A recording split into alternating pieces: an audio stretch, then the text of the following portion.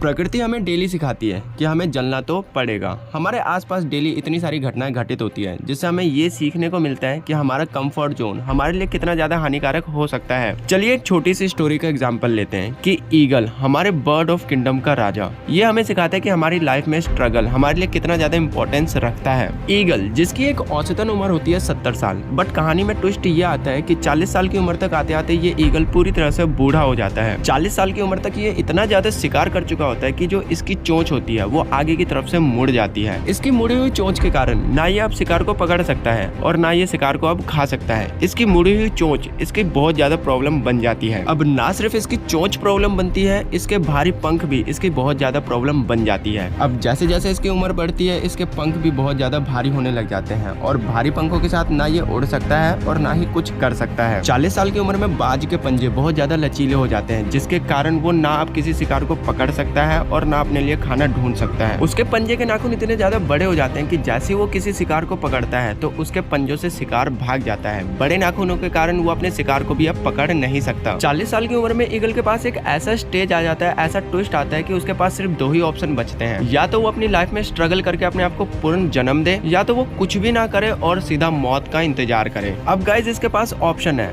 या तो मर जाए या तो अपने आप को नया जन्म दे। इस स्टोरी से कुछ नया जरूर सीखना दोस्तों। अब ईगल क्या करता है कि अपने इलाके के सबसे ऊंचे वाले स्थान पे चला जाता है। सबसे ऊंचे वाले स्थान पर जाके वो एक बड़ा सा पत्थर ढूंढता है।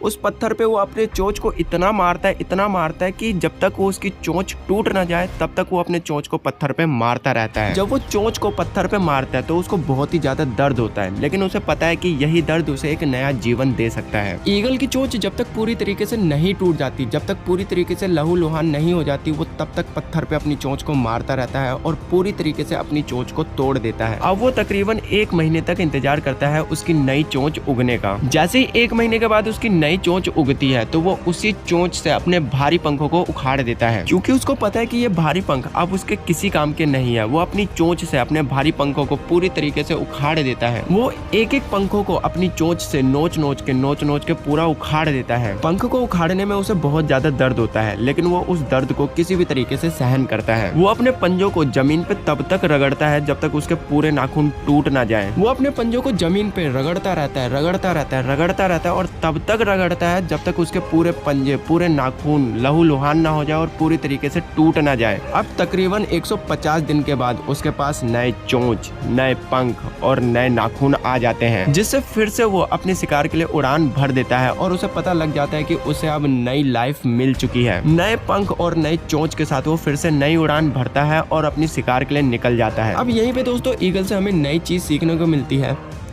कि अगर वो अपनी मौत का इंतजार करता और कुछ भी नहीं करता तो सीधा उसको मौत आ जाती और वो 40 साल की उम्र में ही मर जाता। लेकिन वो अपनी लाइफ में स्ट्रगल चुनता है, फिर से स्ट्रगल करता है और अपने आप को 30 साल की फिर से नई उम्र देता है। नई पंख और नए चोंच के साथ अब वो अपनी लाइफ को फिर से 70 साल तक जी सकता है। तो गाइस चॉइस अब आपकी है कि लाइफ में स्ट्रगल करके अपने आप को सक्सेसफुल बनाना है या फिर वही घिसी पिटी लाइफ जीनी है। आई होप आपको ये स्टोरी पसंद आई होगी। तो इस स्टोरी का जो भी पार्ट आपको पसंद आया हो मुझे कमेंट में जरूर लिखना।